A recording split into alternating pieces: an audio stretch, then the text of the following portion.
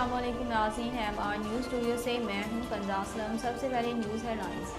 पाकिस्तान मुस्लिम league नून की तर्जमान मरियम औरंगज़ेब ने कहा कि इमरान खान 2 करोड़ लोगों को गुर्बत के जहन्नुम में गिरा चुके हैं। तफसीलात के मुताबिक पाकिस्तान मुस्लिम लीग नून की तर्जमान मरियम औरंगज़ेब ने सेल्स टैक्स रिफंड्स फौरी अदा करने का मुतालबा कर दिया।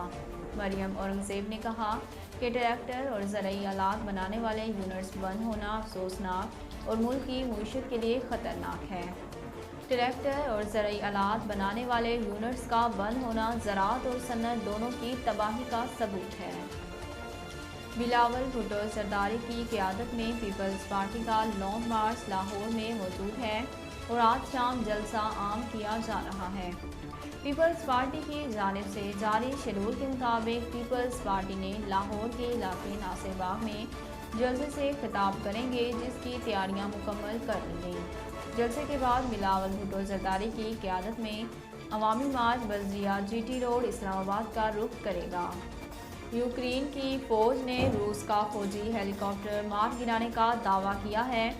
रूस ने 24 फरवरी को यूक्रेन पर हमला कर दिया था, जिसके बाद से अब यूक्रेनी दारुल हुकूमत कैफ समेत मुतअद्दिद शहर रूसी अफवाज के मुहासरे में हैं।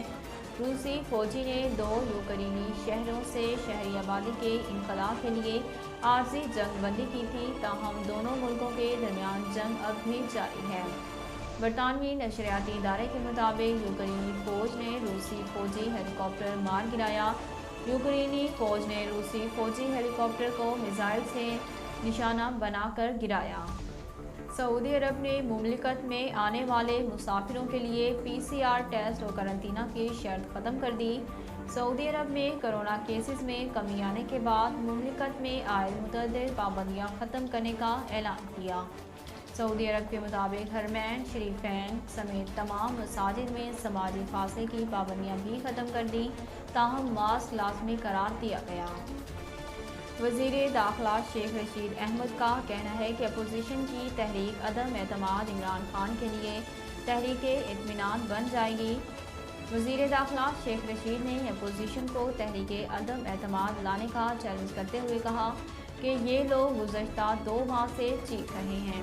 एक सवाल के जवाब में शेख रशीद का कहना था कि पहले ये लोग कहते थे कि वो न्यूट्रल नहीं हैं, लेकिन अब तो अपोजिशन वाले भी कह रहे हैं कि वो न्यूट्रल हैं, तो इन्हें मुबारक हो, लेकिन दुनिया में कोई चीज़ न्यूट्रल नहीं होती।